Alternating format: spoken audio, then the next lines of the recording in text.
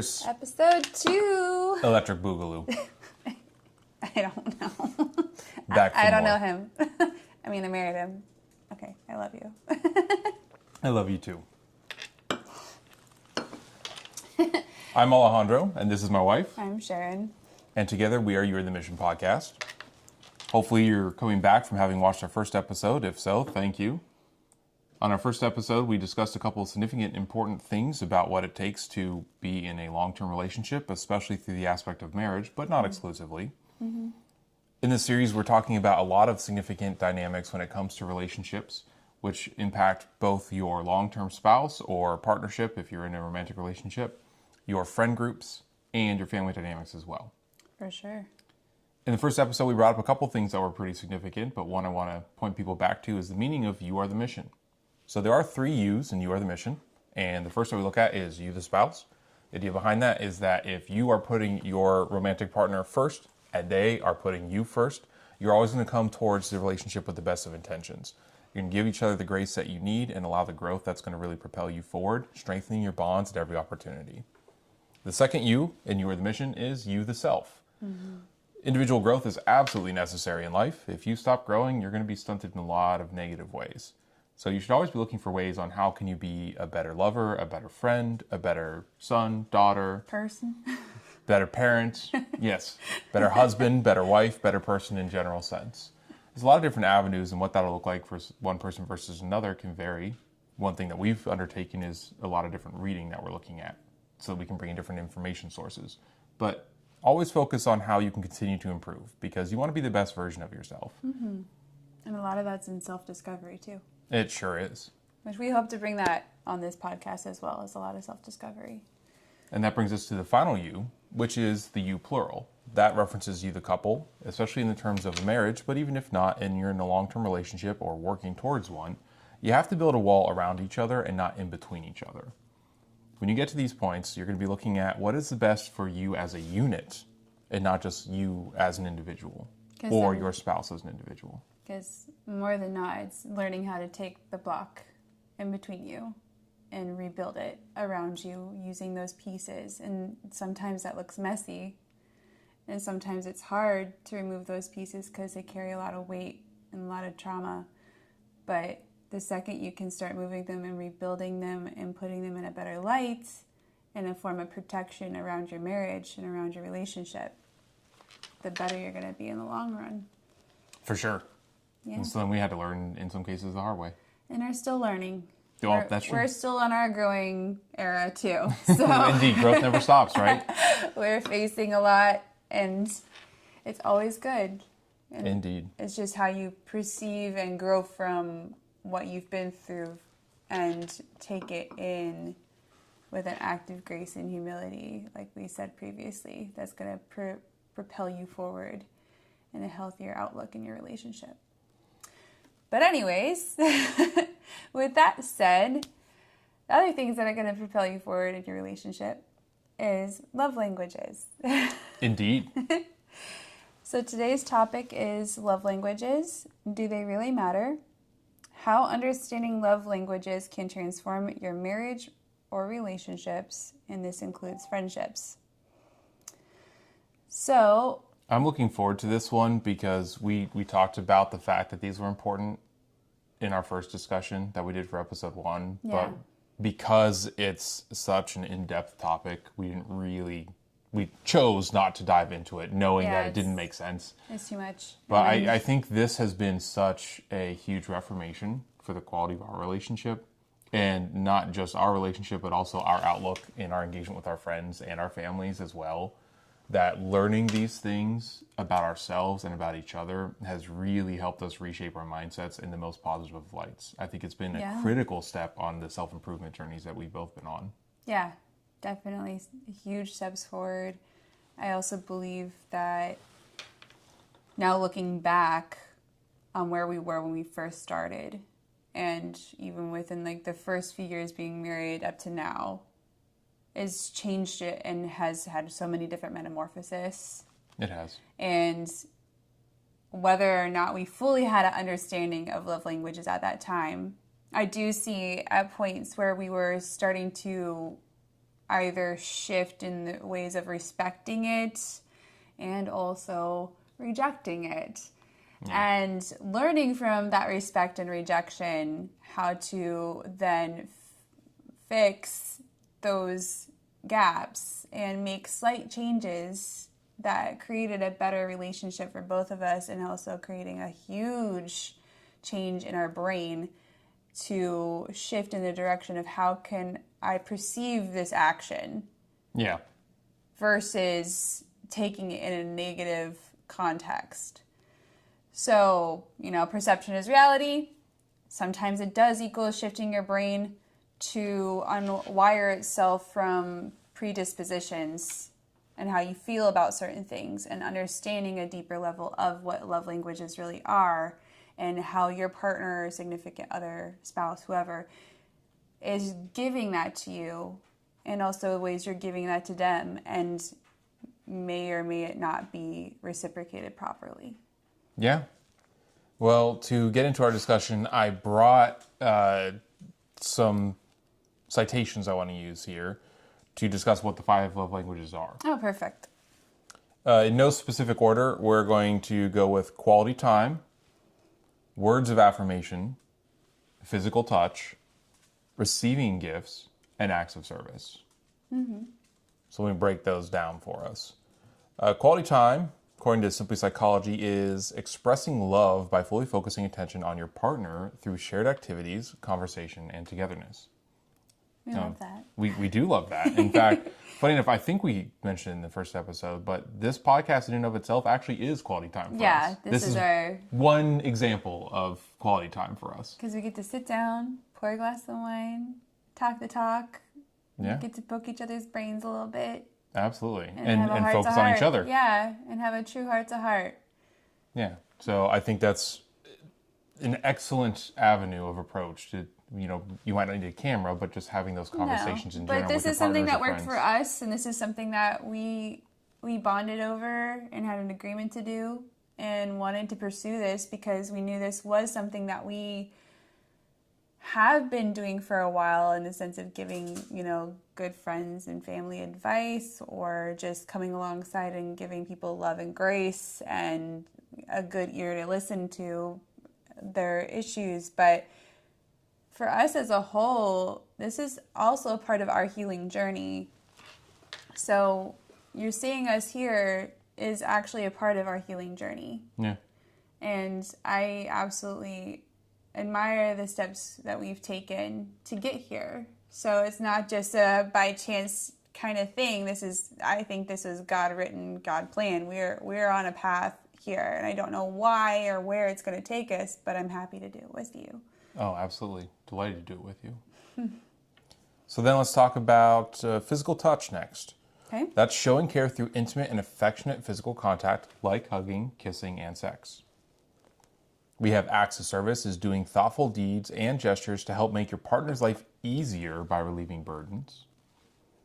Receiving gifts, giving and receiving meaningful surprises and symbolic presents to celebrate affection. And finally, words of affirmation, communicating affection through spoken and written praise, appreciation, encouragement, and frequent I love yous. I love you. I love you too. So with those 5 being expressed as the recognized love languages, I think we should do probably a rundown of our top 3. What do you think? Sure. So what would you like to lead us off with your number 1? My love language, funny enough, is acts of service. Absolutely, I see that. I guess I've always been a natural caregiver. Grew up kind of with that mindset. And I either call it conditioning or just goodwill training, but I've grown into it in my own regard. It's not something that was just taught to me. I've really just developed this sense of ownership of my home and myself and the well-being of myself. And therefore, I've taken that ownership and wanted to provide it to others. So as you said earlier, acts of service is helping alleviate burdens. And for myself, again, I see when I get up in the morning, I make the bed. I get dressed. I do my hair. Some days I put on makeup, some days I don't. Depends on how casual the day is or how much I need to feel more polished. But regardless of that, that is also an act of service of myself. That's an act of self-love, but it's an act of service because I am arranging my day to alleviate burdens for myself later on. Sure. Then going throughout the rest of my day, I make sure the house is staying clean and the floors are vacuumed and mopped, the puppies are fed, everybody's taken care of, and our space is clean, taken care of, and it's a home. Yeah, actually, you touched on something really important there, is that I don't feel that a house is just automatically a home. Mm-hmm. Right? A house is a structure, but a home is a place where you feel loved. Yeah. A home is a place where you feel safe. And that may not have, you might be in a home and not have a partner. That's fine. You should still feel loved and safe because you have to have self-care. That's in there self-love. too, right? Yeah. But for me, I see those acts of service and I recognize them now. I didn't always. Nope. And I regret that. That was something that I learned, but that was very transformative for our marriage, was to be able to recognize that this wasn't just a list of chores and things to accomplish, but that these were your expressions of love. I feel like it's so interesting to see because a lot of people think of acts of service to be more like chores. And it's almost, you go back to your childhood era and your mom has that spreadsheet. Yeah. Or you're in school, you have this spreadsheet of chores that you have to do in the classroom. You get a sticker. Hey, I got $5 once for mowing the yard. Well, hey. Sorry, I don't got $5, but I'll make you dinner. That's actually much better. So an act of service for an act of service. But I feel like a lot of us were conditioned, you have to do your chores. You have to do your chores. Whereas for people like myself, it's not a chore. For me, I'm alleviating something in your life that could be tedious and annoying that I don't mind doing, that gives you some space to come home and relax in. It's creating a less burdened environment and a welcoming environment, a loving environment for you to come home to. Yeah. It's really important, and I don't know if I've said it yet on the podcast or not because you and I talk all the time. But it comes back to that idea of because I choose to. Yeah. Right? Like you're putting in all this effort, which is actually an expression of love because you choose to. Right.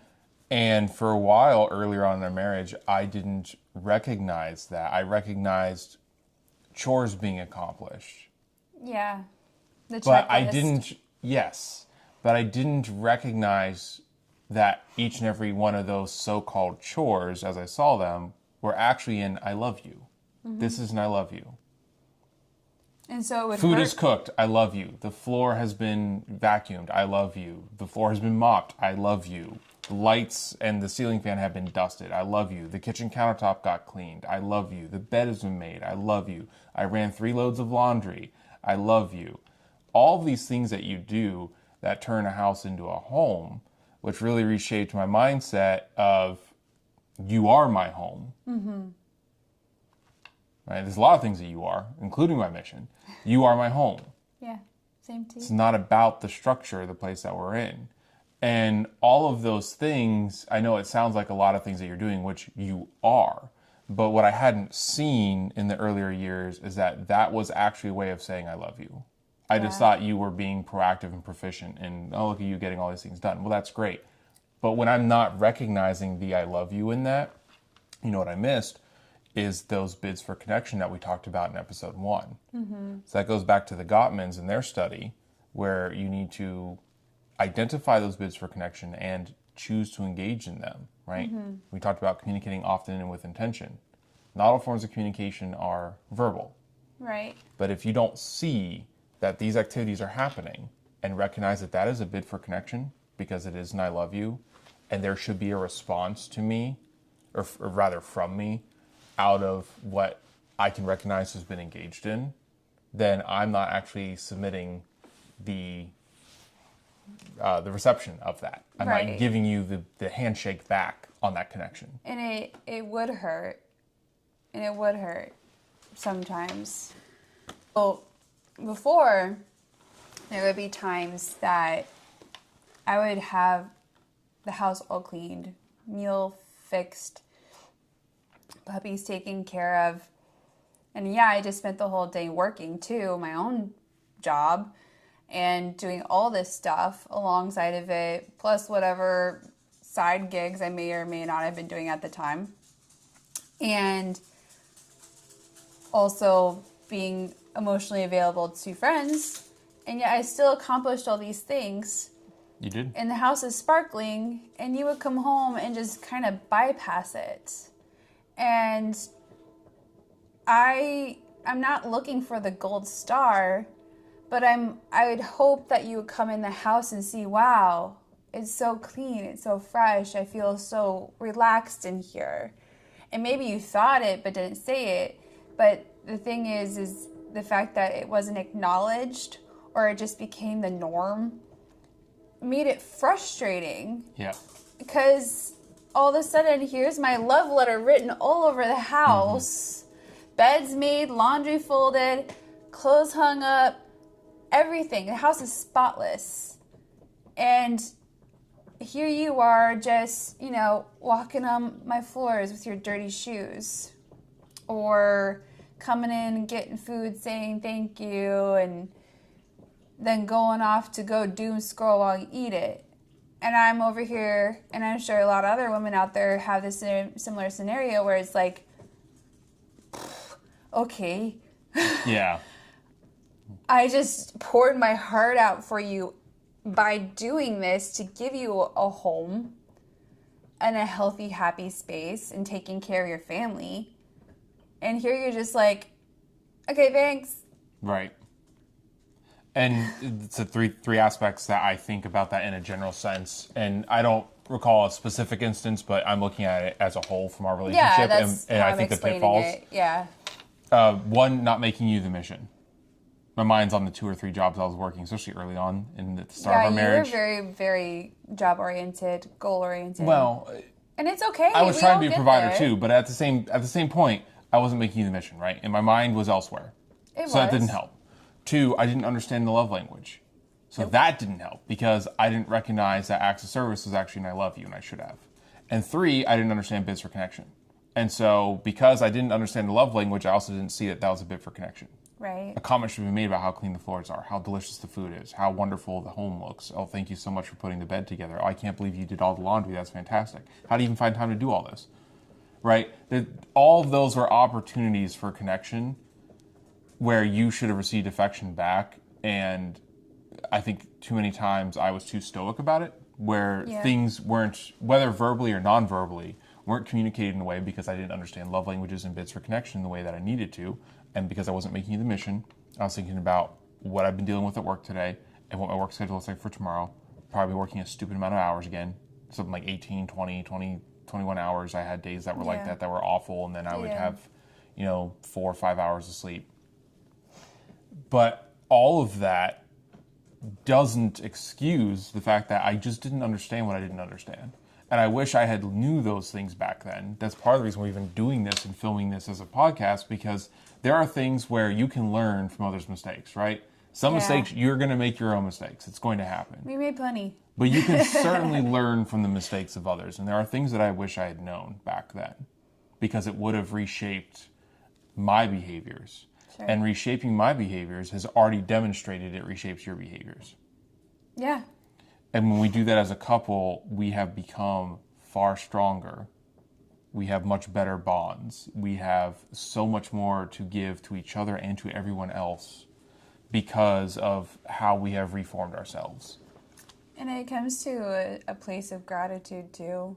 Absolutely. Because now I can look back, and even though those times were hard, and even if there was a lot of missed marks, a lot of misunderstandings and miscommunication,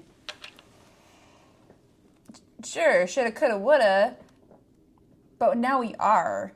Yeah. We are purposely developing a relationship that we've always wanted, and we're doing it together.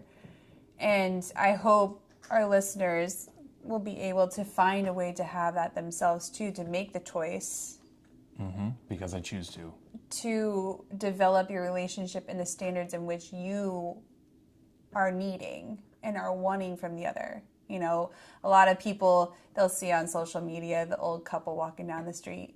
Mm-hmm. Or these cute little old people dancing and romancing each other. It's like, I don't want to wait till I'm 80, 90 or whatever years old. I want that now. No.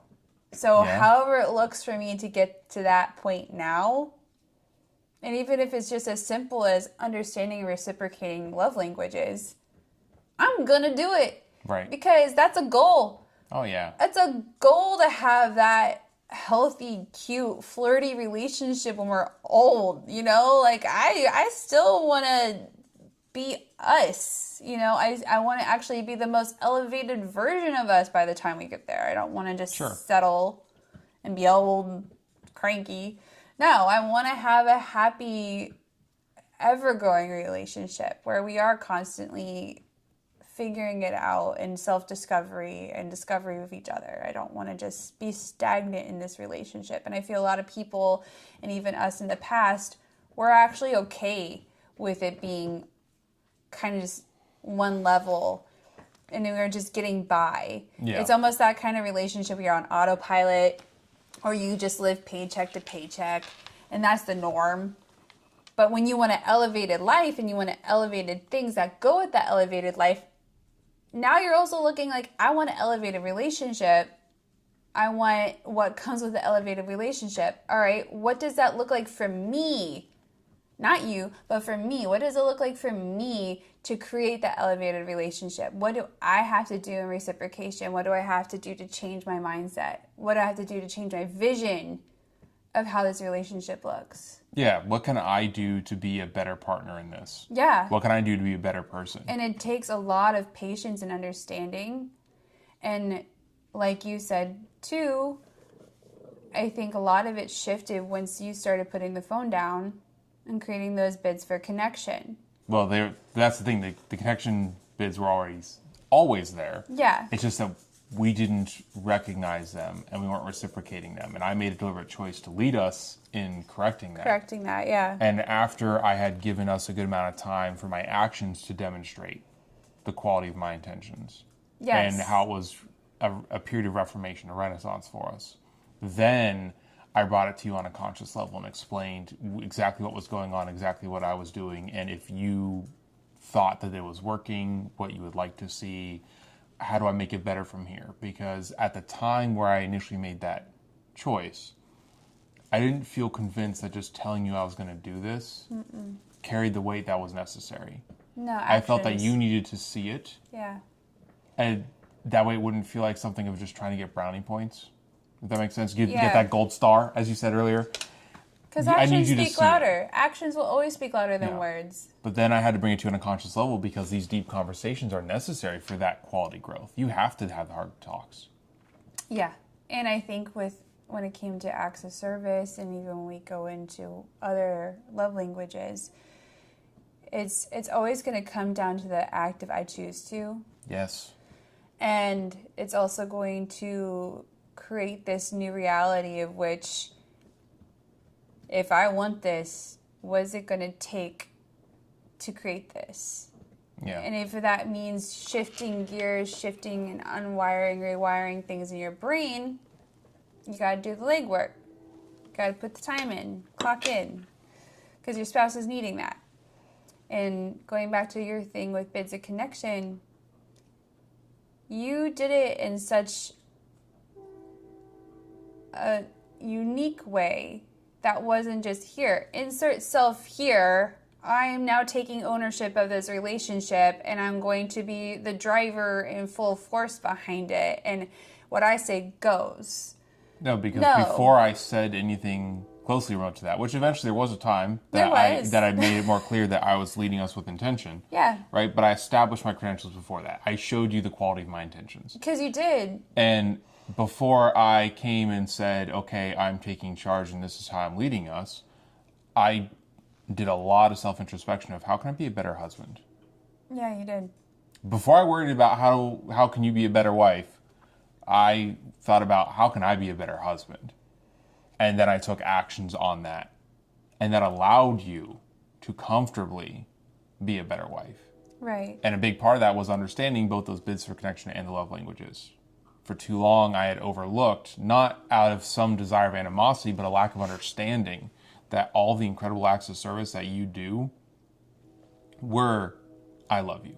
Yeah. And you do that not just in this relationship. It is absolutely true as far as I can see that is your primary love language. And I also feel like with that being my primary love language and me giving it to others outside of our marriage, friendships, family, whatever, it also does hurt when it's not seen, acknowledged, or reciprocated.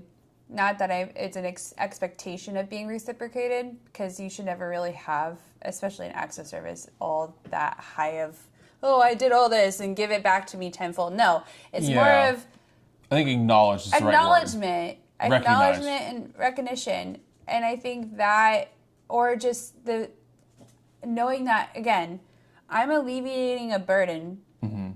It should be valued that you've done that. I hope that by me helping alleviate that burden, you have the space in your heart to understand my love. Yeah. It's not even I need appreciation or gratitude. I hope that you have in your brain, in your heart, the understanding that by me helping you do these things, whether it be simple tasks of, helping you, whatever it looks like, get on your feet again, help with the dog, help take care of the house, help you get well if you're sick, whatever that looks like, give you a meal, help you buy groceries, doesn't matter. Help clean your house. I probably already said that, but I will do those things. And it's not in a sense of, oh, I have to do this.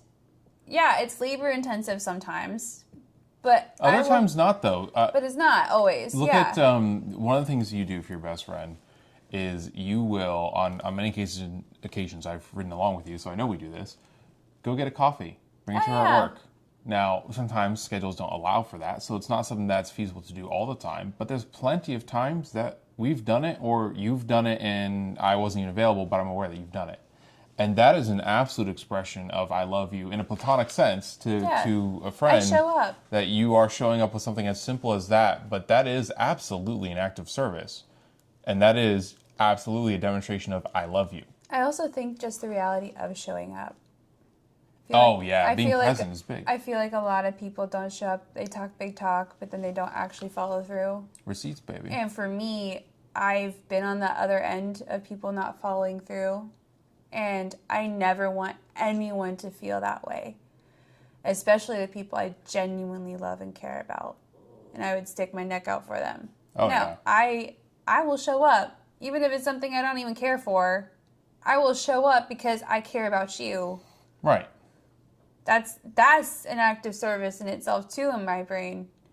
Well, there's a saying, it's like showing where you spend your money and I'll show you what you value. Yeah. That also applies to show me where you spend your time. Yeah. Right. So showing up for people, and life does get in the way. It'll find ways to get in the way. But it is all going back to the idea of because I choose to. Yeah. You can be the level of quality individual that you want to be. And when there are things that are in your way, that are difficulties that realistically you can't sidestep or overcome that hurdle at the moment, you can articulate that in the best of ways to the people that still chose that you love them. And then show up when you can. Yeah. You can't miss this work meeting. You can't get off work today. You can't avoid dealing with whatever medical thing that you have going on for a doctor's appointment. Okay, but I can catch up with you tomorrow. Or can we reconnect this week? FaceTime you at least, or I can leave you a long voice note. Yeah. Something, but I can do something. So find a way. Yeah. So now that we went into my primary love language, I know yours, but what is yours? All right, well, for me, my primary love language is physical touch. And that has been interesting for me to learn because I have recognized there's a lot that I did on a subconscious level for a long time and was not consciously aware of what I was actively doing or the significance of it to me. And I think for you as well, in the earlier years of our marriage, you didn't always see that what I was executing was a form of love. And in some cases, I feel it comes across more obvious than others because physical touch is expressed in a lot of different ways. One thing that means a lot to me that you've picked up in the last couple years is when we'll be out walking the dogs or taking a walk downtown or something, you will put your hand out for me, inviting me to come and take your hand. Yeah. And that's only something that you've really started doing because you've recognized that for me, physical touch is my love language. So that invite means so much to me because completing that bid for connection is really healing for my heart. It really gives me that feeling of butterflies, as simple as it is, just holding hands with you. Because it's not just the fact that I'm holding hands with you. It's, yes, I also am now aware that that's my love language, and also you chose to. Yeah. Right? Something as simple as that. But for a long time, this has been my love language. I think it has always been, probably as long as I can really recognize. And I didn't necessarily know that. Right. So there's a lot of things that mean a lot to me, and it's expressed in different ways. Sometimes in a more sexual way, and other times it's a more casual way. But I express physical touch with both you, my spouse, and my friends, and even my family. And that means a lot to me. So with you, there's things that we do. We already talked about holding hands, especially when we're walking. Love that bit for connection. I like to drive. A lot of times when you and I are together, I'll be the driver for us. Mm-hmm. It's not to say that you're not sometimes the driver for us, but usually I do prefer to drive to us. But I also enjoy driving, so there's no reason that I wouldn't. In those instances, I love to put my hand on your thigh. It's as simple as it is. Now, if you flip that to the reverse, it doesn't feel as normal to me. But I love those moments of just casually driving, maybe rolling the windows down or opening the sunroof, moonroof, whatever we're doing, wherever we're going. Sometimes it's for fun, sometimes it's because we have things to accomplish. But that moment of having my hand sitting there with you and holding you, it's just a constant affirmation that I love you. Mm-hmm. You're on my mind.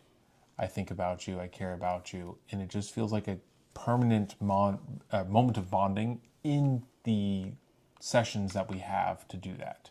Sometimes we're going to be on a long road trip. Sometimes it's a very brief or short drive. But that means a lot to me. It carries a lot of weight. Sure. It's a completely nonverbal, I love you. And for us to recognize that has been phenomenal for our relationship. I feel it's very important for me to understand that about myself, that that's my communication style.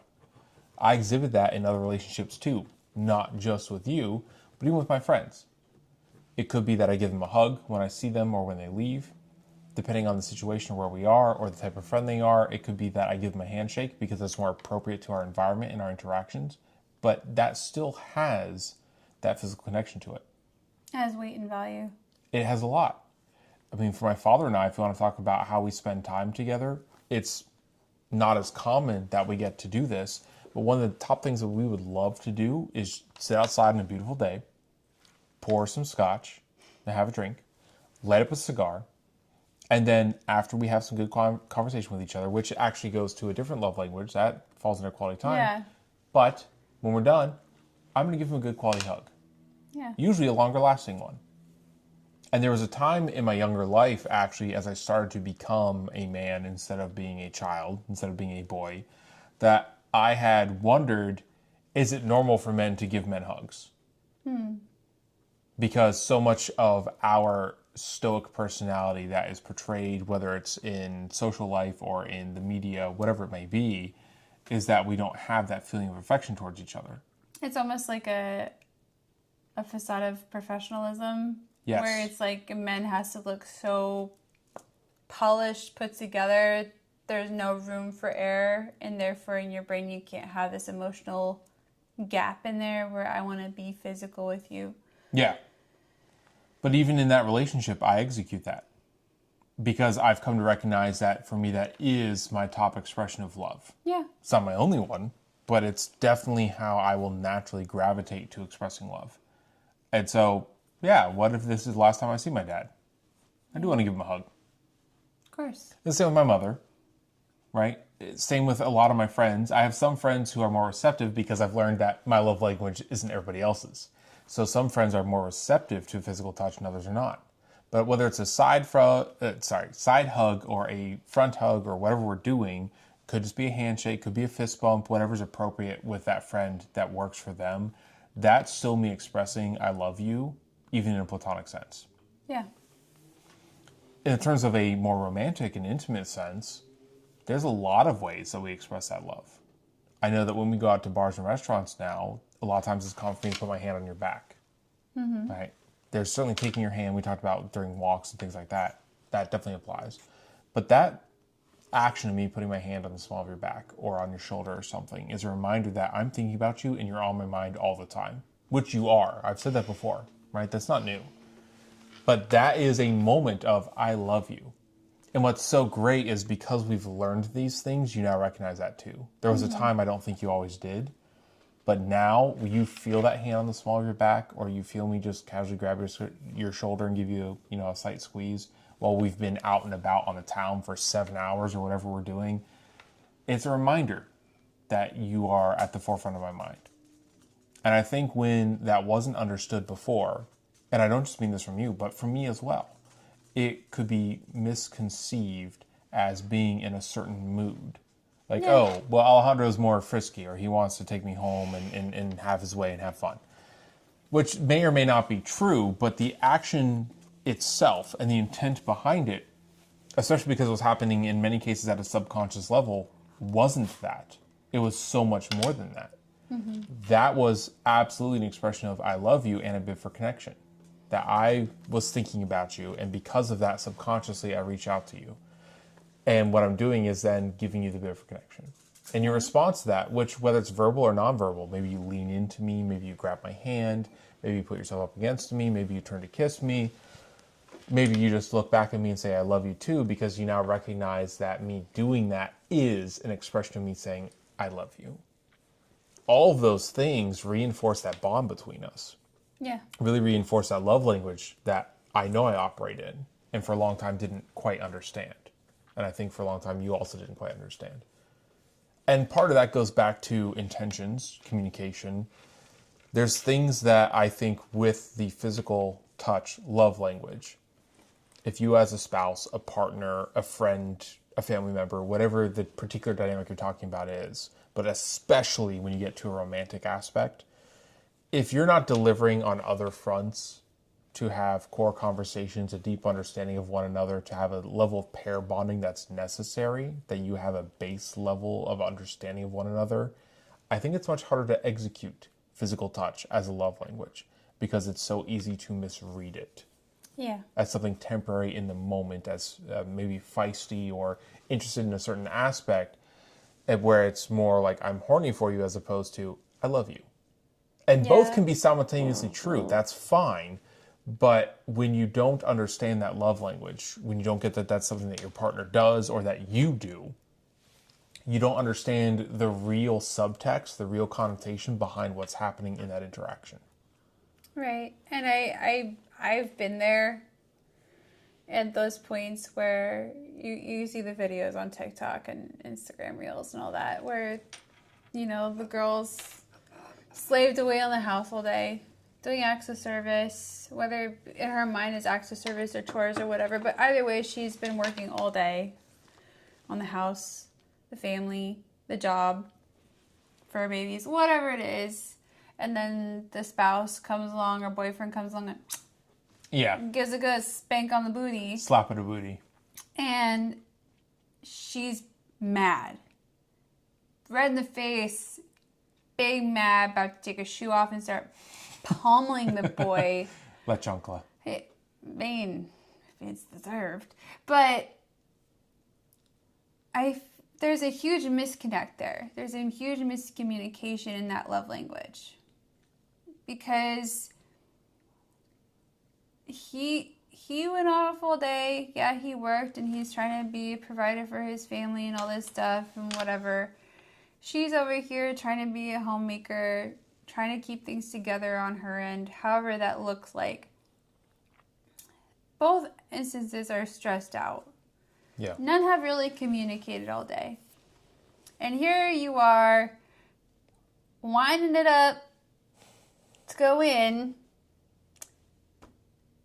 and your girl over here is already upset, already stressed out, already out of 10. That smack on the booty just sets off the grenade. It does. And it's not fair. Because I've been there before where, like we said earlier, I love my love letters all over the house by making the house right for you and making it right for me. And it's active self-love and purposeful love and committed love to you. Now all of a sudden you're over here just spanking my ass. And I'm like, for what? Right. For what? I've already done you all this stuff. You don't appreciate me for this. Why are you hitting me? Right. And it's not a mean hit. It's a loving, playful hit. But at that moment, it's like... But that's an act of service triggered. Versus a physical touch. Yeah. It's two different love languages being expressed. And it's highly triggered. Because you didn't reciprocate mine, so why should I reciprocate yours? You didn't appreciate mine, so why should I appreciate yours? And now here, we're both triggering each other and creating each other trauma over something stupid... Right. Because nobody was willing to listen or understand what the other one's needs are. Yeah, I think you're absolutely correct about that. So, and I also want to say with those videos, I find it very disheartening that I see a popularity behind them. Because it's also creating a demographic and mindset of this is how it is and this is how it should be or this is what you expect in a marriage. And I'm sorry, but that's not how it should be in a marriage. That is not how it should be reciprocated and perceived. Like, I hope that if you're in that serious status of relationship, that he can come up behind you and give you a hug and kiss on the back of the head or neck while you're cooking, or slap you on the booty, or whatever, and you laugh about it, or joke about it, or smack him back. Something fun. Make it fun, as opposed to being so negative about it, because it's a sweet gesture. And now I've learned, like, whether it be the walks around the park or the house with the dogs or just even cuddling in bed, I expect to feel your hand somewhere. Yeah, because you've learned that is me expressing I love you, no matter what the instance is. Like, I need it's your abnormal touch. To miss I now need your touch. And it is not a sexual touch. I just need to know you are holding me or are close to me, that I can feel you near me.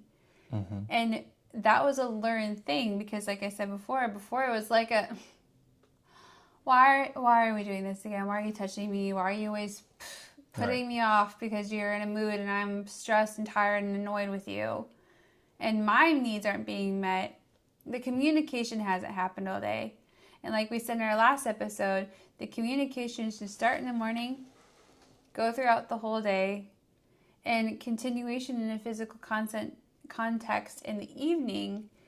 And every single moment you're with that person is just elevating layer upon layer of how much you care about each other. Yeah. It's breaking away these predispositions of what you think or considered to be love, and it's showing what this person truly sees you as and your value. I agree. And you talked about needs, which brings me to my next thought in the aspect of dealing with physical touch as love language. Are you familiar with Maslow's hierarchy of needs? Heard of it. Okay. Not schooled in it. So I didn't bring particular receipts on that one, but you can certainly look it up. The general aspect is that there's a pyramid. And at the lower base levels, there are base tier needs that human beings need in order to function. Mm-hmm. If you don't have those, you can't be a high functioning intellectual. Okay, you're going to be a stunted individual. At some point, I mean, it gets bad enough. You start talking about things like food, water, shelter. You don't even have an ability to survive. Okay. But I think this applies both in an emotional standpoint as well. especially when it comes to physical touch, I think it's a particular love language where it's very easy to misconstrue the meaning behind it and the intent of the individual who likes to exhibit that love language. I think from learned experience, that's how I see it. Okay. And in a lot of the cases where you weren't receptive for the touch, regardless whether it was a holding your hand, putting my hand on the small of your back, wrapping my arms around you, or giving you a spank on the ass, it doesn't matter. I'm gonna have to edit for language. I guess Spotify doesn't care, does it? No. Okay. Well, then we're good. I'm just laughing to laugh. Indeed. But the point is that all of those are different forms of communication of the physical touch love language, right? And there can be other sentiment behind them, but nonetheless, the I love you is there. But when you're in a situation where the other needs in the relationship aren't being met, then you're not at a status that you're comfortable with those, that you're ready for those, or you're receptive for them. And I think that's one of the pitfalls that we had engaged in earlier on in our marriage, that there were things not out of malicious intent or deliberate desire that we had missed, but rather I feel that as your husband, I hadn't quite met all of those needs because I didn't understand them, Sure. because I had the wrong priorities and wasn't making you my mission, or I was busy and distracted. Mm-hmm. Whatever it may be, the excuse doesn't particularly matter. The hierarchy that you needed wasn't being fulfilled at the level where when I was using physical touch as my primary love language, especially on a subconscious level, not even really paying attention to what I was doing, you weren't seeing that I love you in that aspect. Mm-mm. And that causes a lot of strife. That causes a lot of conflict, confusion, because it's missed bids for connection. Yes. So there's work that has to go into that. And regardless of whether it's the man leading the woman or whatever the situation is for your love language amongst your partners, I do think when you have somebody who uses that as a particular love language and it's not at the same level of priority for the recipient, you have to make it clear that communication often with an intention that they can now understand the subtext, that there's an I love you there, that there's a meaning behind it, to the point of now, as you said, if I don't touch you, you wonder what's wrong. Why didn't I touch you? Regardless of the context, right? Something's abnormal here because that I love you is missing. Yeah. What's going on in my mind or bothering me that I'm not behaving that way? Right. That's one of the benefits actually of a long-term relationship is you have the time to learn that about your partner and assess that with them. But same is true of friendships, same is true of your family dynamics. Right. Give them that hug, give them the handshake, whatever the appropriate engagement is in physical touch, it can still be executed in those other relationships. Right. So that leads me to one of the pitfalls that I haven't addressed yet for physical touch, which is that I think it's incredibly harmful when it's not reciprocated. Mm-hmm. You talked about the lack of appreciation when we deal with your primary love language, and I had to learn the hard way about the acts of service. Mm-hmm. I don't think necessarily when an act of service happens that a counter act of service also has to be exhibited in order for the love language to be received. Rather, I think that when an act of service happens, it should be acknowledged by the recipient that it was an act of love, that is an I love you. That's the bid for connection aspect of the love language of acts of service. Yeah. But it doesn't mean you sweep the floors or vacuum the floors. Well, I better take out the trash. Now, it might be true that both the floors and the trash need to be dealt with. But in terms of communicating I love you and responding with I love you too, it doesn't mean you have to sweep the floors and I have to take out the trash. No.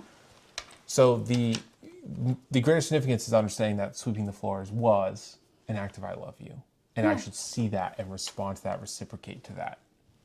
But it doesn't mean act of service has to be tit for tat with another act of service. No. When we deal with physical touch, when I want to reach out and hold your hand, when that doesn't happen, when you reject my hand, that hurts. That really hurts. Yeah. I think on an emotional, especially subconscious level, that can really dig at you. And when that continues to happen over an extended period of time, it's going to leave you feeling like you're in an emotional void. Yeah. Human beings are very social creatures. As a whole, there's plenty of studies and data on that. I don't think that's controversy to bring that up. Mm-mm. We are social creatures, and when that social interaction is being missed, especially for somebody who executes physical touch as one of their high significant love languages, that rejection hurts because it's not just perceived on a conscious level as not in the moment, it's received on a subconscious level as a rejection of our love. And the more that it happens without an intellectual conversation addressing the situation, explaining your intent behind what's happening, we talk about communicating often with intention, or addressing the particular context in which it happened and why it's a problem, it's going to lead to a massive rift. It is going to build a wall between you as a couple instead of around you as a couple. Yeah, because you're now creating a void. You're putting up, like you said, a wall, and mentally that shifts the brain into feeling neglected, abandoned. And it's not even terms of roommate phase. It's just this person just shut out, Yes. shut down. Do they even want anything to do with me? And then you start questioning everything because now the question is why? Right. Why did you reject me? I get that. I And completely get that. we learned that the hard way. We had those experiences because I mentioned already that I think there's other aspects of the needs hierarchy on an emotional standpoint that if you are not executing those, it'll be harder to utilize the physical touch love language. We were in that experience. So when it comes to things in terms of physical touch as a love language, sex is included when you're talking about your intimate partner. Obviously, that's not really going to be the case for family and friends, but with your intimate partner, ideally your spouse long term, that is a key component. And one thing I had to realize about myself, and you had to realize about me, and we had to realize about ourselves as a couple because of how it impacted us, is that there were moments that I hadn't met those other general needs, and so you weren't in the right mindset to be ready for me in a physical sense. There's also times where life is just getting in the way. It's not really about you or about me or about us. It's just life. It happens sometimes. Yeah. But when I didn't understand that physical touch was my primary executed love language, I wasn't aware on a conscious level of what was happening to me on a subconscious level. That when I would be rejected because tonight's not the night, or because you're not feeling well, or because there's other needs that you have in the relationship that we haven't articulated or we haven't met. And you're not in what feels like that home environment where you're comfortable, you're safe, you're engaged. Things just feel like they're at odds. Then when I come to you with my primary love language, physical touch, and I want that sexual intimacy, you're rejecting it. And what I'm seeing on a subconscious level, without even recognizing it at the time, is my love is being rejected. Not just sex, not just physical intimacy at the moment of that kind of interest that I want to be in a very passionate moment with you. My love as a whole is feeling like it's being rejected. Yeah. And I didn't even understand that. So why do I have such perhaps animosity or resentment to the situation? You did. Because what I feel like is happening without even understanding it is that it's not even I'm being rejected for sex, it's that I feel like I'm being rejected for love. And once we understood that about each other, and once I understand that there are needs that I need to prioritize, how can I be a better husband? How can I be a better man? How can I be a better leader? That's going to put you in the right place for all of those things to be met and understood as to my real intent behind them, which sometimes it's a dual intent. Sometimes I might be interested in a more frisky mentality, but that doesn't mean that I love you in a general sense isn't being expressed. But when those other needs aren't being met, when the communication isn't happening, when the understanding isn't there with that love language, you're missing those bids for connection. You're creating that isolating void between yourselves as a couple. You're building the wall between the two instead of around the two. Yeah. And I think that is such a dangerous situation to be in, and why it's so important to understand what are the love languages and how do you as a couple execute them. I think it goes back to what I said earlier, where it's not, I see a problem, insert self here, fix it. It's one of those things, again, as a woman, I gotta butter it up a little bit. Love comes softly, gently. So you gotta show me through actions, and not just in the physical sense, but also through the appreciation and or needs of my love language that are going to provide me the mental space to be able to walk into that that area with you. Because again, back to, I put down the phone, bids for connection, here we are now, and you didn't tell me about it before, right? But because you did those actions through bid through connection, it made me feel more comfortable, valued, and that I, again, was the priority. Because you are. Now you that, are my mission. Now that I feel that I am the priority, I am more than happy to give you the needs that you are seeking. Yeah. Because I don't feel like it's doing it out of a task to keep you happy. No. I'm doing it as a genuine I love you back. Well, because you see it as, yes, you see it as an I love you. Yeah. Just as before I had missed your acts of service as an I love you, you would miss my physical touch in many cases as an I love you. And now I see it that way. But before it was, again, the concept of a chore. Yeah. Physical touch was a chore. Having to be those ways with you, or having to hold your hand, or do these things sometimes where you're just constantly asking for something, was like, okay, and Right. I'm annoyed now, and I've been doing all this stuff, you're doing this stuff. The mood has not been set. No, the mood has not been set at all, and nor did you do anything. Sorry, but you didn't do anything to put me in the mental space to have the freedom to feel welcoming towards that idea. I agree with that, because I had to do this self-introspection of how do I become a better husband. And it just, before I worried about how do you be a better wife, I had to worry about me. How do I be a better husband? Yeah. That's what I had to do. But the fact is that you took me seriously. You took yourself seriously. You took the matter seriously enough. And I don't feel like a lot of people out there take this seriously enough. I agree.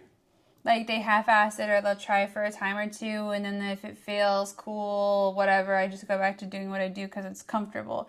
A lot of these things, for the record, may be uncomfortable at first.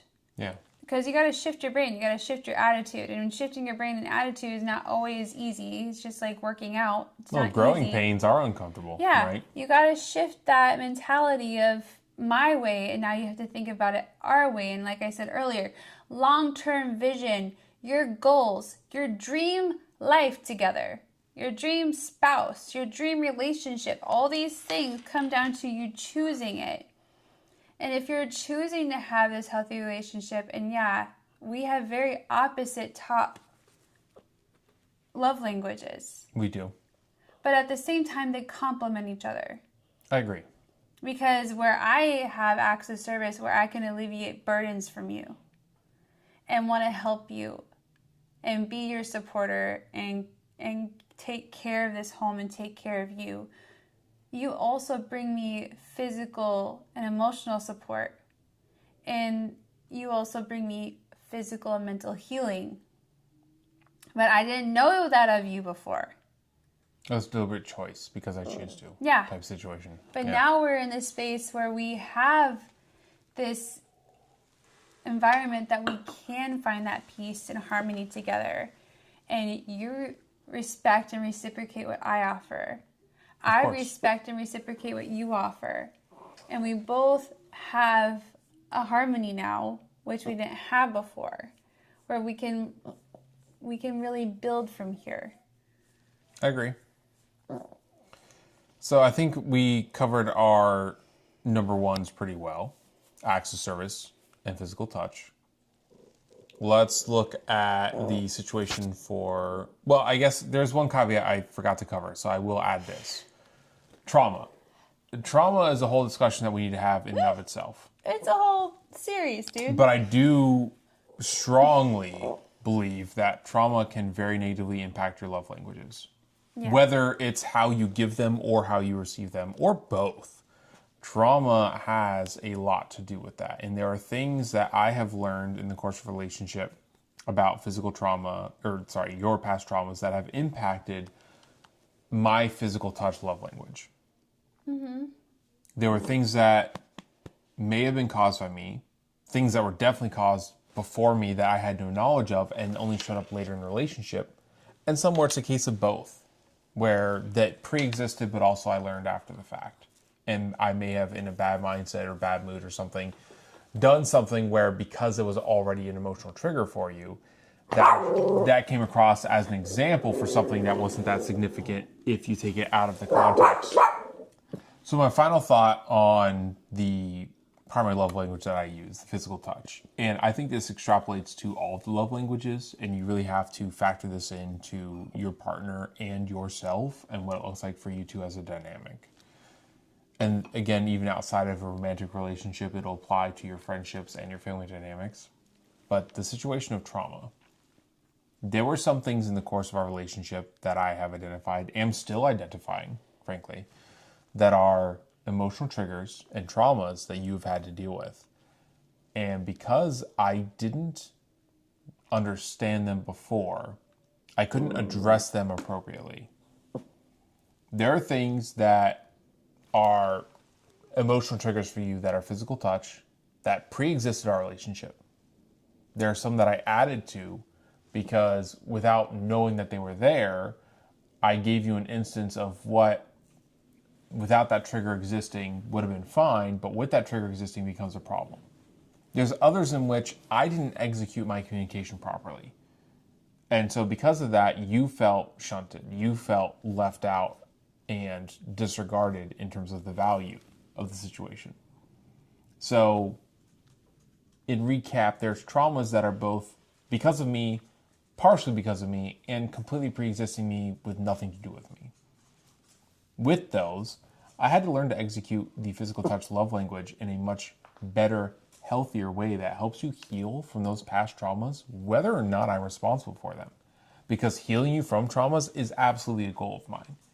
Healing you from traumas is something that I want to lead you through as a way that's going to make you a much stronger, more confident, and more capable individual and be better for us as a couple. Dealing with those is not easy to do. It's not addressed in a single situation, but it is incredibly important to do so. And when you have those as it's something that blocks a particular love language involved in your relationship, you have to identify it and recognize it at the opportunities where they appear so that you now have an intellectual way to address those problems. If you can't be aware of them, you can't resolve them. I think that's the first step to really cleaning house and strengthening those bonds between the couple. And we will come back to a whole topic about trauma healing in our next series. Yeah, we're going to have to, because that's too much of a deeper conversation to cover with this one about love languages. We'll touch on it now, but it's definitely needing its own conversation. I agree. Yeah. So with that front, why don't we transition to the number 2 love language? You want to lead us off with that? Yes, and I think we both have the same one. I'm going to agree. Go ahead. Let's see what you say. Quality time? Yes, quality time. And I will say, I think it's very important that we have the same love language as our number 2. We have very different love languages as our number 1. Yeah. We had to learn them. That's hard. And they had to learn how to work together. But for number 2, that quality time means a lot. Everything. I already expressed that the quality time is what we're doing right now. This podcast is quality time for us. We're just allowing others to come along for the ride, which hopefully they learn something that we wish we had known back then. Right. But as a whole, we exhibit quality time in a lot of different ways. Yeah. And I think, too, it goes even into each of our number 1s being physical touch and acts of service. Because for me, I can get all this stuff done, right? I can get the house ready, the home ready, food made. And guess what I get to do next? I don't have to worry about a thing. You don't have to worry about a thing. It's done. Yeah. We can sit down, kick our feet up, have the conversation, enjoy the glass of wine, enjoy the video game, enjoy the good book, and we don't have to worry about all those other tasks. And it's not that you don't help me with those tasks, and don't get this twisted. He does help me with chores, but that's different. You're taking the burden off your partner, Yeah. so it's out of the way. Yeah. So now all this stuff is out of the way that we can actually spend that quality time together. And then in that quality time, we can enjoy physical touch. We can cuddle. We can hold hands. We can be intimate with each other. And so we get the second love language. And not have to worry about it. Mm-hmm. Because now I feel complete. You feel complete. Everything is now taken care of at this point where we can now just relax in each other and enjoy each other's company. As opposed to like, thinking in the back of my head, I have all this other stuff I have to do. Oh my gosh, I have this chores and this dates and these things. And that distractor could take you out of the right all mindset. These little voices in the back of your head of the undone things or unspoken things. Like, no, we've been talking, communicating, and flirting all day via text. I've been taking care of the home. And then now we can come together and we can just enjoy the evening together in a way that we both want to enjoy it. It's a way that we both want to come together and enjoy the evening together. It's not just one person. Right. We want to enjoy this day together, this weekend together, this evening together. We want to go have a good time. So with quality time, in the last episode, we talked about something I thought was very important for a quality relationship, especially in a marriage, which is shared hobbies. You're my best friend. We discussed before about how I actually had to learn that. Yes. Because I had isolated the different friend groups of friends, best friends, and in a spouse. And absolutely, you are my best friend, and I enjoy doing almost everything I do in life with you with me. It's fun to do it, but I'm happy to do it with you. That makes it such a great experience, right? Well, with that understanding, look at your shared hobbies. For us, okay, I would argue now that podcasting is becoming one of them, but there's so many things that we like to do together. We like to go for walks on the beach. We like to take the dogs out for a walk no matter where it is. We like to go to breweries together. We have a lot of great breweries in the city where we live. We like exploring. We go to bars. We go to distilleries. We like nice nights out in the town. We like board games, card games, video games. All the games. We read together. So we talked about in growth and how that impacts us. You have your own reading that you're doing. I have my own reading that I'm doing, and then we can bring those together as a unit. We also have a couple's reading that we're doing together. Mm-hmm. One out of a book and another out of a Bible, right? Yeah. So with those going on, those give us in terms to learn the same material and then discuss them together.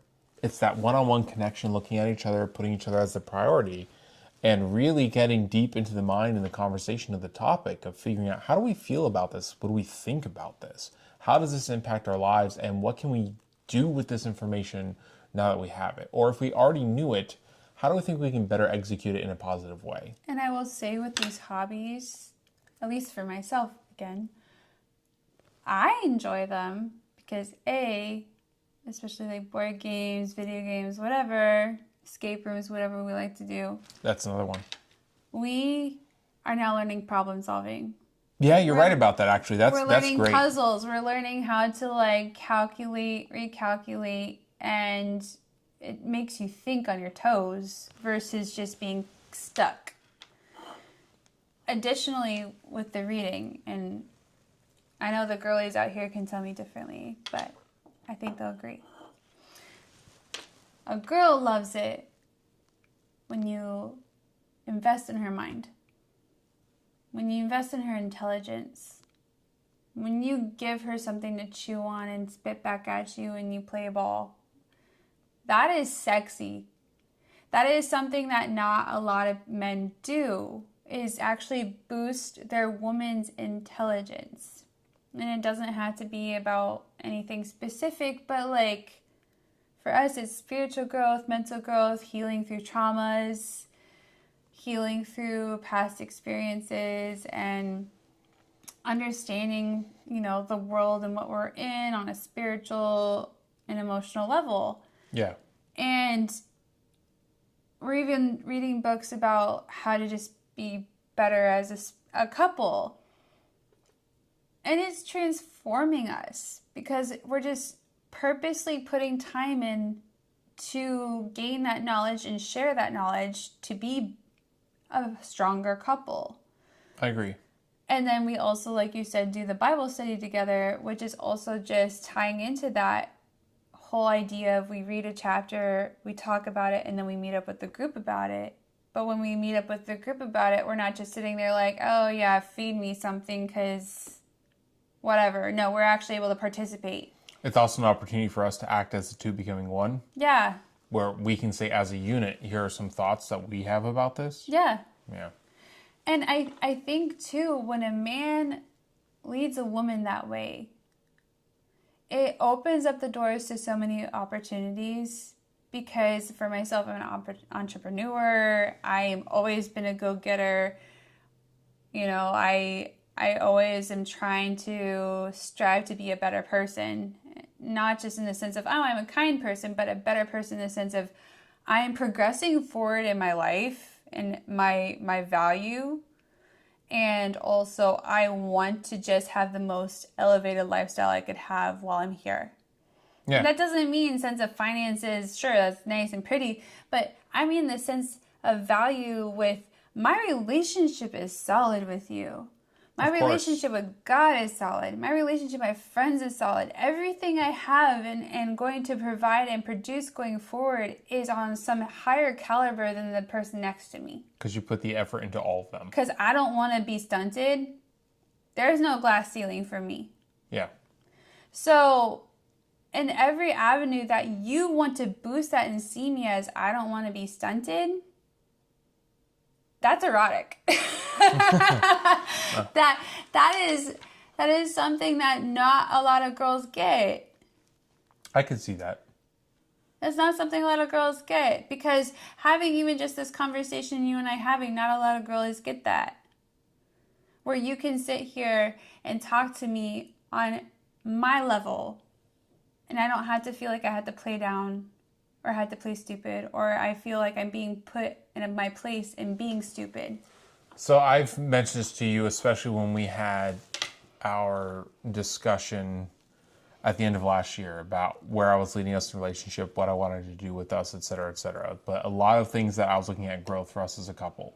And from that, we've eventually come to this podcast, which full credit to you, the podcast was your idea. I've been wanting to do it for a while. I just kept choosing the wrong partners. Oh. I'll get into that later. But with that context, I had said something and I absolutely stand by it. Because I don't buy too much into the tropes and styles of different people. But if we're going to go off of something like that, you would fall under social media probably what they would call an alpha female. You're a very strong leader when it comes to the feminine realm and everything you deal with. As your leader, as your husband, as your lover, as your man, it's not my job to diminish how bright your candle burns. Mm-mm. It is my function, it is my priority, it is my mission to be a leader worth following.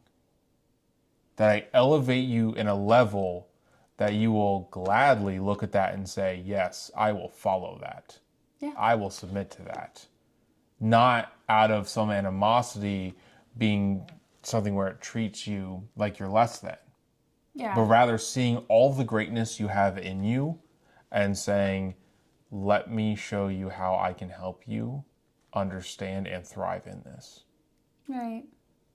And I really think that too many people get too much animosity. A lot of it, I do think, comes from society and social media and the way things are engaged these days. But they try to build the walls between us instead of around us. Oh, yeah. I feel like social media has changed the narrative about relationships and couples into a more negative light. Yeah. And I find that very harmful. Like I even said earlier with the slapping of the booty and all that stuff. It's just all these things are changing the narrative to a negative life when they're supposed to be a beautiful thing and a healthy thing. Yeah. And something that you should enjoy together. Because and I'll state this very clearly. Until you started picking up the role in which you were supposed to be, I was driving in my masculine energy. I was driving a lot in this relationship in that masculine energy. I was leading a lot of things. Yeah. But when, again, you started putting out your bids for connection, really slowly taking off burdens and burdens from me, so much weight came off that I finally felt that it didn't diminish me in any way. No, it shouldn't. It didn't diminish me. I'm finally in my divine feminine energy. Mm-hmm. But it's because you took your stance in your divine masculine and you were able to be the man I needed in all those areas of my life. For me to let my hair down and for me to be your woman. I think, and this is now broaching into a topic that I think is going to take us too far away from the love languages. So I'll just I'll just say a piece on it, and Sorry. perhaps we'll have to. No, that's great. That's great. Again, these are organic conversations, and so we have a topic of discussion, but we don't really plan them out. But I think we might have to make this a topic of discussion. We will. Right? I have said to you, and I've meant it sincerely, and I still do, that I've recognized in dealing with you, I have to lead you into submission. Dealing with me. Well, I don't say I it. know. I don't say it in a negative sense. I'm being silly. I'm being silly. Okay. I'm being All right. silly. I mean that in a very polite sense. That's not No, meant to come across negative. No, I know. I'm being silly. My point is about that is that as men, as leaders, if we want the traditional role, we have to rise to the occasion. Mm-hmm. And I think it's hard for us because we have been ingrained by our schooling, our teaching, and by society, by social media, by TV, whatever's going on in a lot of the You gotta different wrangle your fields woman. that we're in. We haven't learned that. No. I think a lot of that has been my own life experience, but also I've talked before about how I'm doing a group about lead and live like Christ. He was a servant leader. I believe that is so core to the foundation of being a quality leader, of being a quality man, of being a quality husband, that if you fail to do that, you're going to find yourself in a bad place. Yeah. Barking orders at your spouse is not the way to handle things. Yeah. Failing to take the lead and being a passive husband is also not the way to handle things. Having no interest in being a husband at all is not the way to handle things. It's like I said last time, a lot of men want a wife, but they don't want to be a husband. They don't want to be a husband. And vice versa. A lot of women want a husband, but they don't want to be a wife. Heavy is the crown. Yeah. Put the effort, put the intention choose behind it. it because I choose to. Yeah. If this is really what you want and that elevated lifestyle you want, and you want your partner and your relationship to survive and outlast numerous amounts of people, it takes work. Yeah. And it takes hard work. But it's worth it. So with that, wrapping it back to the point we've been talking about, which was quality time. I think as a love language, quality time is actually very important for a lot of people, even if they don't necessarily claim it high in their hierarchy of love languages. Yeah. Because I feel, and I'm saying I feel on an emotional sense, that it's difficult to execute the other love languages well if you're not spending the time and intention in your partner or your friend or your family member to do such things. Yeah. So that quality time is that nexus opportunity to exhibit the other love languages as well. Yeah. To strengthen those bonds between you and the individual you're engaging with, especially in a romantic relationship with a partner or long-term with a spouse. Yeah. And I think that, we'll touch on the other love languages too, but as a whole, those are our tops that we exhibit and participate in all the time. The other ones we also obviously act in, Yeah. but I wouldn't say they're as top tier priority, have to happen on an everyday basis. Like they can kind of go in and out as needed, and we participate in them. But I would say figure out what your partner likes, figure out what your spouse likes, see what is needed in them, and have the conversation where you can articulate, reciprocate, and respect what their needs are to have a fulfilling marriage or relationship or friendship. Yeah, I agree. Now, I would say I think you and I exhibit the same love language for number 3 as well, right? So I'm Yeah. going to say it is words of affirmation. Yeah. So for me, I'm going to give this caveat. My top 2 love languages are exponentially more significant than the lower 3 for me. Same. So for me, that physical touch and that quality time is so unbelievably necessary. And the to other the ones quality are more relationship. like appreciated. But there's something that I've recognized out of this experience of addressing love languages, learning about them, and then seeing how they impact bids for connection. So when I look at my other 3, and I say that my number 3 is words of affirmation, and I believe that's the same for you. Yes. You're correct. But looking at those, we can now deliberately choose to use them with intention, with the best of hearts, because you are my mission and you are making me your mission. So in doing that, even though those other love languages aren't as significant to us, or not as strong in how they impact our relationship, They're- we can still embolden them. We can still grow They're still significant. their significance Yeah. because we can now use them deliberately in a way that is healthy, in a way that is helpful, in a way that grows us as an individual and as a couple, in a Yeah. way that strengthens our bonds and really reinforces that I love you moment that we need out of it. And that applies not just to that romantic relationship that we, of course, have as a spouse, but even in the friendships and family dynamics. Yeah, for sure. Now, I think that words of affirmation have a similar problem as my primary love language of physical touch, Very much. which is that when it's not reciprocated, it hurts. Very much. If I want to touch your hand and you reject me, that hurts a lot. If I want to say, I love you, and you don't give me an I love you back, In silence. that can hurt a lot.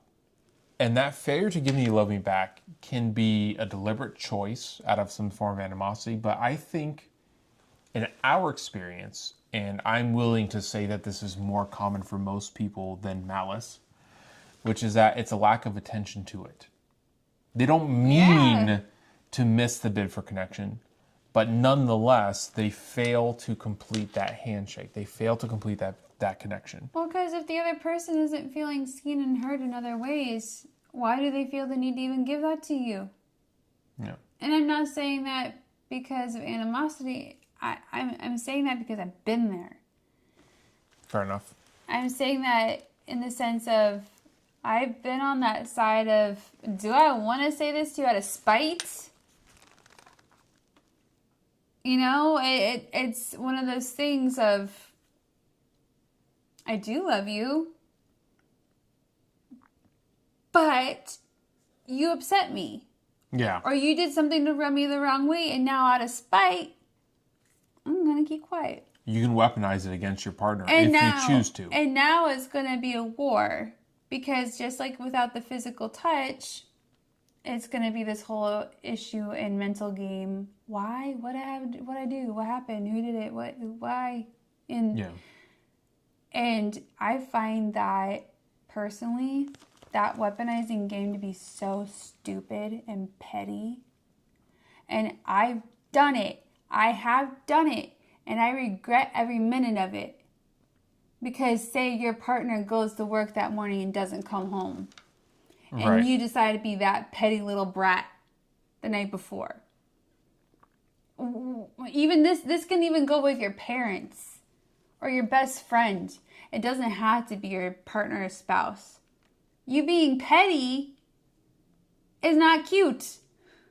It can be so detrimental, and then you're going to have the regret later on by not saying how you felt back. Yeah.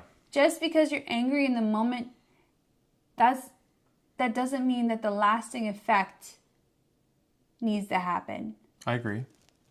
That's true. And that's something I've had to learn as I've gotten older too.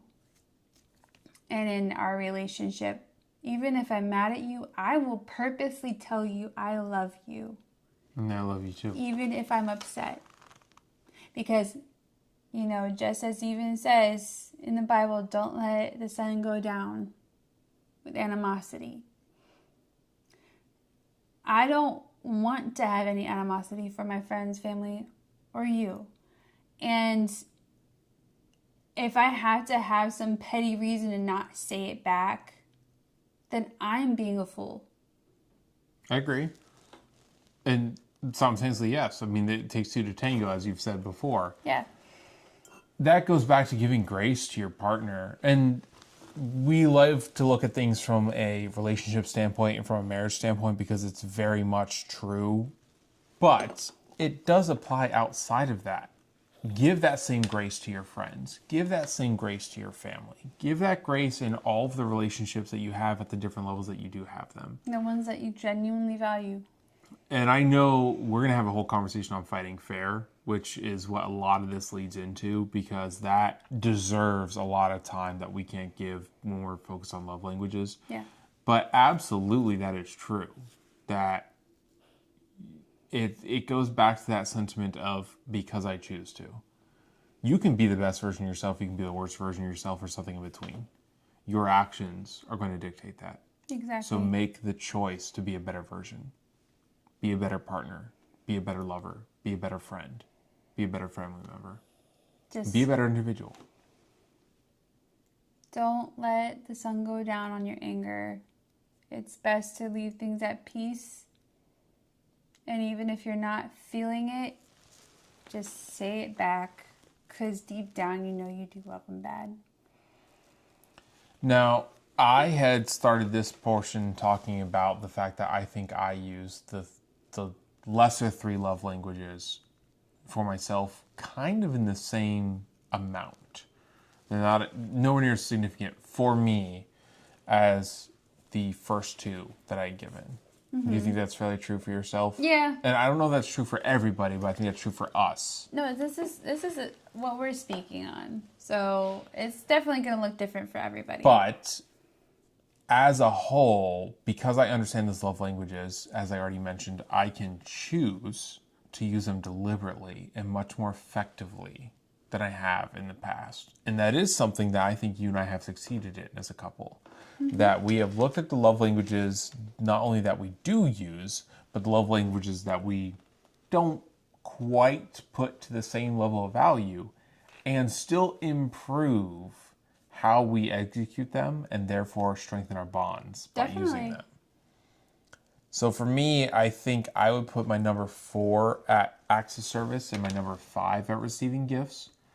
It's interesting because that might have been the other way around in the past. But what taught me to put more value into acts of service is actually recognizing that your number 1 is acts of service. Mm-hmm.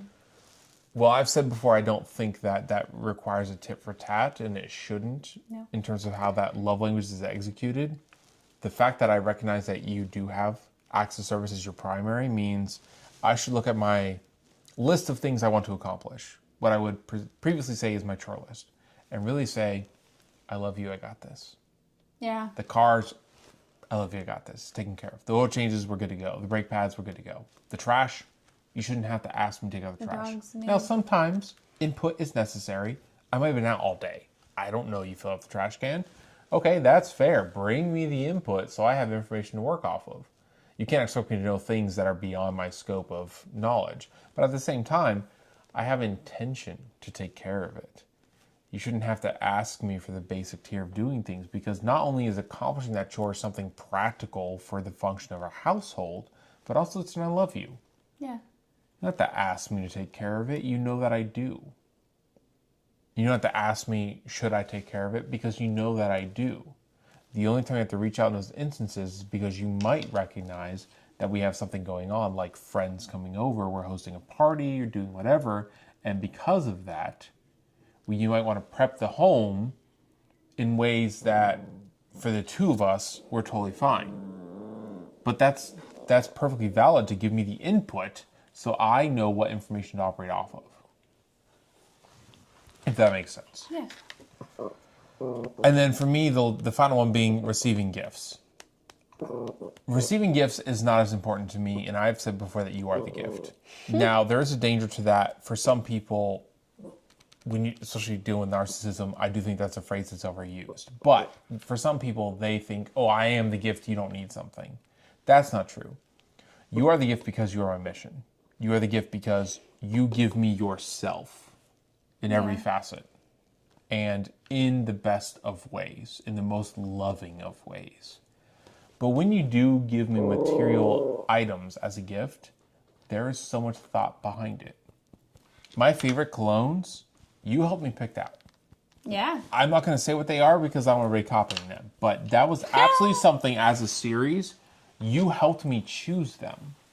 And not just that, this past Christmas, one of my gifts from you was my favorite scent I have from that cologne line, period. I'm currently wearing it today. I smell it. Yeah, I know, right? I love it. Good choice. So that means a lot to me because I smell that scent, I feel right. It feels normal to me, but also subconsciously, I always know this was a gift that you chose for me, right? So you put that thought process behind it to give you, or to give me rather, something that has a value beyond the physical, beyond the dollar sign. It has a sentimental meaning behind it. Yeah. I think that's the same we talked about in the first episode, how I bring you home chocolates and bring you home flowers. Sometimes it's the little things. I didn't always do that because I thought, well, the price isn't really worth it. We can just go out and do something else, or I can buy something else. We can do something else. It's about the sentimental value. So in conclusion, make sure you know where or what your love languages are.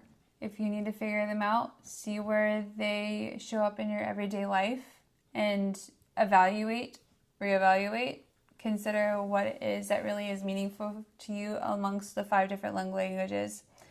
And if you are with a partner, significant other, spouse, take the time, as we said in our previous episode, to have that conversation.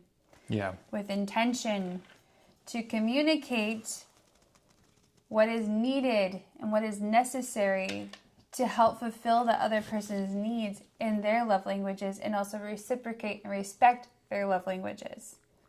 Because all this is necessary to have the elevated life that you're looking for in your partner or spouse. I agree. And it applies, as you said, not just to the spouse, but to the friends and family members as well.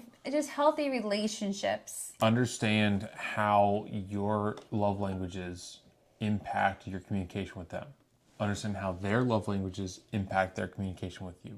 If you don't know what they are, if you don't know what you and the other individual you're engaging with actively utilize, whether it's on a conscious or a subconscious level, or both, you're going to have the situation where you could be missing those bids for connection that we talked about, and you are not reinforcing the opportunities for love that are apparent in the relationship. You're going to end up in a void. Well, I think that means that we have multiple things to discuss in future episodes, so that's great. For those of you who've been along with us for the love language episode, please, if you're not familiar with them, learn the 5 languages, figure out what is your love language, or at least your top few of them, if not the whole order of the 5. Learn what is your partner or your friend or your family member's top 5. Understand how that impacts your interactions with them. And you will find that you are in a much more sophisticated and elevated place than you were ever beforehand. Recognizing what you do on an objective level and not just an emotional level will really impact the communications and the bonds that you form with your spouse or long-term partner, with your friends, and with your family members. Yeah, And if you liked what you heard today, wow. Please like and subscribe and share with your friends. Leave comments. We would love to interact in conversation with you. And even if you just want to know what wine we have, I don't care. We will be more than happy to talk. So please communicate with us, and we would love to have a conversation. Well, on closing, until next time, remember you are the mission. Thank you for joining us, and we hope to see you for episode 3. Love you. Goodbye.